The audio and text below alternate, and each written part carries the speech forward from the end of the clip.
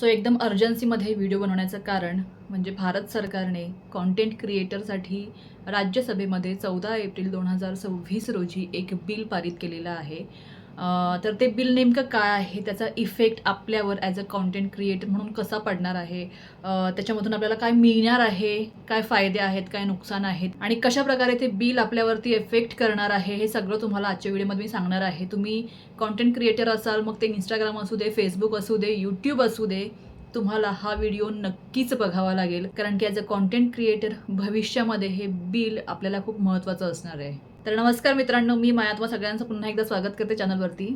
व्हिडिओला सुरुवात करूया, पण त्यापूर्वी व्हिडिओला एक लाईक द्या, हाईप द्या आणि चॅनलला सबस्क्राईब करा. तर या बिलाचं नाव आहे नॅशनल इकॉनॉमी क्रिएटर बिल 2026. तर पहिल्यांदाच आपल्यासारख्या कॉन्टेंट क्रिएटर्सना प्रोफेशनल म्हणून ओळख मिळणार आहे, लीगली प्रोफेशनल म्हणून ओळख मिळणार आहे. याचा अर्थ जसं की आपण एखादा कोर्स पूर्ण करतो, मग तो डॉक्टरकीचा असू दे, टीचरचा असू दे, इंजिनियरचा असू दे, त्यांना एक प्रोफेशनल म्हणून आपण बघतो.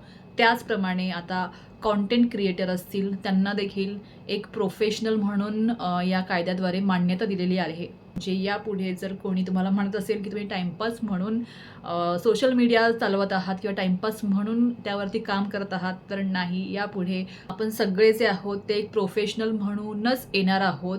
कोणीही असं म्हणू शकणार नाही की तुम्ही फक्त टाईमपास करत आहात. ते म्हणजेच काय, तर आता ही फक्त हॉबी किंवा एक टाईमपास म्हणून काम करण्याचं साधन राहिलेलं नाही, एक प्रॉपर करिअर म्हणून तुम्ही याकडे आता बघू शकता. पण जसं की भारत सरकारने याला मान्यता दिलेली आहे, त्यामुळे भारत सरकारने यावरती खूप सारे रेग्युलेशन्स देखील लावलेले आहेत आणि खूप साऱ्या अटी देखील लावलेल्या आहेत.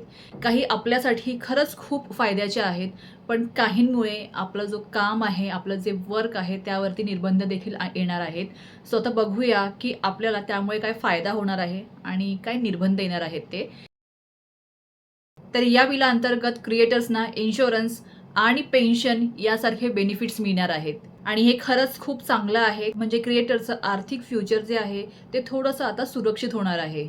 त्यानंतर ब्रँड कोलॅबरेशन्स वाढतील. ब्रँड जे आहेत क्रिएटर्सना फसवू शकणार नाही. खूप वेळेस असं होतं की ब्रँड्स क्रिएटर्सना फसवतात, पण आता या बिलामुळे याची शक्यता जी आहे खूप कमी झालेली आहे. ब्रँड्स कोणत्याही क्रिएटरला कशाही प्रकारे फसवू शकणार नाही आणि जर असं झालं तर त्या ब्रँड्सवरती लीगल ॲक्शन देखील होऊ शकते. फेक इन्फ्लुएन्सवरती बंधने येतील, कारण की आता ना खूप जास्त फेक इन्फ्लुएन्सर्स यूट्यूबमध्ये किंवा सोशल प्लॅटफॉर्मवरती आलेले आहेत, जे फक्त आणि फक्त लोकांच्या मनोरंजनासाठी काहीही फेक बनवून त्यांचा जो कॉन्टेंट आहे तो विकण्याचा प्रयत्न करत आहेत. सो या बिलामुळे या फेक क्रिएटर्सवरती बंधने येण्याची शक्यता आहे. त्याचबरोबर जे जेन्युइन क्रिएटर्स आहेत, जे खरंच हार्डवर्क्स करत आहेत, त्यांना त्यांचा मार्ग, एक चांगली अपॉर्च्युनिटी मिळण्याची शक्यता आहे. हे झाले फायदे जे तुम्हाला नक्कीच मिळतील जर तुम्ही सिरियस कॉन्टेंट क्रिएटर असाल, सोशल मीडियावरती तुम्ही कॉन्टेंट बनवत असाल, तुम्ही याला एक करिअर म्हणून बघत असाल तर. पण याचबरोबर या बिलाचे काही नुकसान देखील आहेत. ते काय आहेत, तर ॲज अ कॉन्टेंट क्रिएटर आपल्यावरती बंधन येणार आहेत, कारण की हे बिल जे आहे सरकारचं आहे आणि सरकार आपल्या कामावरती, आपण कोणत्या प्रकारचे व्हिडिओज बनवत आहोत, कोणत्या प्रकारचा कंटेंट तयार करत आहोत, यावरती निर्बंध आणणार आहेत. म्हणजे जर तुम्हाला सरकारविरोधात एखादी गोष्ट नाही आवडली किंवा सरकारविरोधात तुम्ही जर एखादा व्हिडिओ बनवला, तर खूप जास्त शक्यता आहे तो व्हिडिओ जो आहे सरकार टेकडाऊन करेल, तो व्हिडिओ जो आहे सरकार काढून घेईल. जर तुम्ही मोठे क्रिएटर्स असाल किंवा जर तुम्ही मोठे क्रिएटर्स होत असाल, तर मग तुम्हाला खूप सारा पेपर वर्क करावं लागू शकतं. सरकारकडे नोंदणी करावी लागू शकते. नोंदणी अनिवार्य आहे जे मोठे क्रिएटर्स आहेत त्यांच्यासाठी. त्यामुळे ते एक हेडेक असणार आहे, डोकेदुखी असणार आहे. कारण की जोपर्यंत पेपर वर्क होणार नाही तोपर्यंत पेन्शन, वेलफेअर फंड असेल, इन्शुरन्स असेल, याची जी कामं आहेत ती कामं होणार नाही. त्यामुळे पेपर वर्कचं बर्डन हे वेगळं असणार आहे.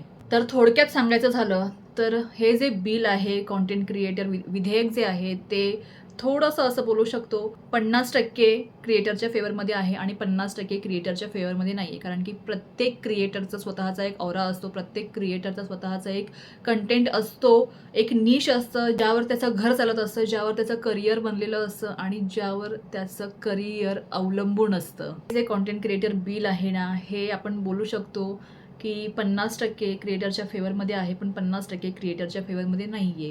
कारण की क्रिएटर म्हणून तुमच्यावरती सरकार निर्बंध लादणार आहे. तुमच्या प्रत्येक कॉन्टेंटवरती सरकारचा डोळा असणार आहे, की कॉन्टेंट कशाप्रकारे आहे, सरकारच्या विरोधात आहे की नाही आहे, किंवा अजून काही गोष्टी आहेत. ह्या सगळ्या ज्या गोष्टी आहेत येणाऱ्या काळामध्ये आपल्याला समजतीलच आणि या बिलाबद्दल आत्तापासूनच सोशल मीडियावरती त्याच्या फेवरमध्ये आणि त्याच्या विरोधात आवाज उमटायला सुरुवात देखील झालेली आहे.